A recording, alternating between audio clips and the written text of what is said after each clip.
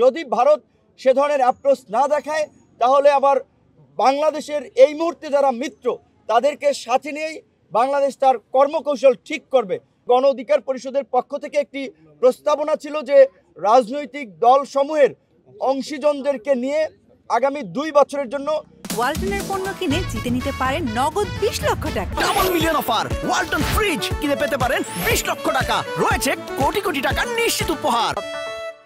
বাংলাদেশের বিরুদ্ধে আমাদের প্রতিবেশী রাষ্ট্র ভারতের মিডিয়ায় যে একটি সংঘবদ্ধ অপপ্রচার এবং প্রোপাগান্ডা আমরা দেখতে পাচ্ছি, এটি মোকাবেলায় বাংলাদেশের জনগণ, বাংলাদেশের গণমাধ্যম এবং বাংলাদেশের ডায়াসপোরা কমিউনিটি যারা বিভিন্ন দেশে ছড়িয়ে আছে এবং আমাদের আন্তর্জাতিক গণমাধ্যম সহ বিভিন্ন খ্যাতনামা প্রতিষ্ঠানে যারা কর্মরত তাদেরকে নিয়ে সোশ্যাল মিডিয়া, মেইনস্ট্রিম মিডিয়ায় এই অপপ্রচার এবং প্রোপাগান্ডার বিরুদ্ধে একটা সঠিক ক্যাম্পেইন করার জন্য আলোচনা হয়েছে। বাংলাদেশের আপনার উপ হাই কমিশনে আগরতলায় এবং কলকাতায় হামলা সহ পতাকায় আগুন দেওয়া এবং ভারতের বিভিন্ন রাজনৈতিক দলের নেতাদের বাংলাদেশ নিয়ে একের পর এক উস্কানিমূলক বক্তব্য, আমরা এটা ভারতের সরকারি অবস্থান কিনা সেটি জানার জন্য আলোচনা হয়েছে এবং সরকার এটি নিয়ে ভারতের সরকারের কাছে ব্যাখ্যা চাবে, সেটিও আলোচনা হয়েছে। যদি ভারত আমাদের সাথে একটা বন্ধুত্বপূর্ণ সম্পর্ক এগিয়ে নিতে চায় সরকারের পক্ষ থেকে এবং বাংলাদেশের রাজনৈতিক দলগুলোর পক্ষ থেকে সেই অ্যাপ্রোচ হবে। যদি ভারত সে ধরনের অ্যাপ্রোচ না দেখায় তাহলে আবার বাংলাদেশের এই মুহূর্তে যারা মিত্র তাদেরকে সাথে নিয়েই বাংলাদেশ তার কর্মকৌশল ঠিক করবে। বিশেষ করে আজকে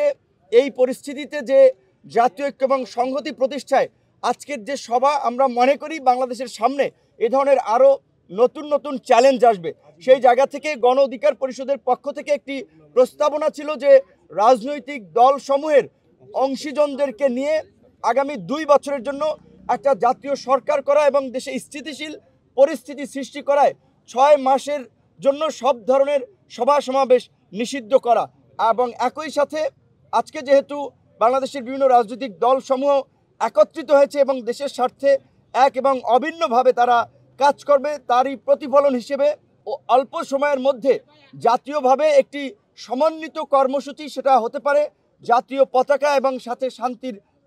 পতাকা, সাদা পতাকা নিয়ে কিংবা যে কোনো ধরনের একটা কর্মসূচি, সেই সিদ্ধান্তটা সরকারের পক্ষ থেকে জানাবে, যেটি সরকার এবং রাজনৈতিক দল, জনগণ সকলে পালন করার মধ্যে দিয়ে বাংলাদেশের বর্তমান যে জাতীয় ঐক্য এবং সংহতি প্রতিষ্ঠিত হয়েছে, আমাদের বিরুদ্ধে যারা এই অপপ্রচার প্রোপাগান্ডা চালাচ্ছে কিংবা বাংলাদেশকে যারা ব্যর্থ অকার্যকর করার জন্য অপতৎপরতা চালিয়ে যাচ্ছে, তাদের বিরুদ্ধে যে বাংলাদেশ এবং বাংলাদেশের জনগণ এক, সেটি জানান দেওয়ার জন্যই একটা অভিন্ন সমন্বিত কর্মসূচি পালনের সিদ্ধান্ত হয়েছে। ধন্যবাদ।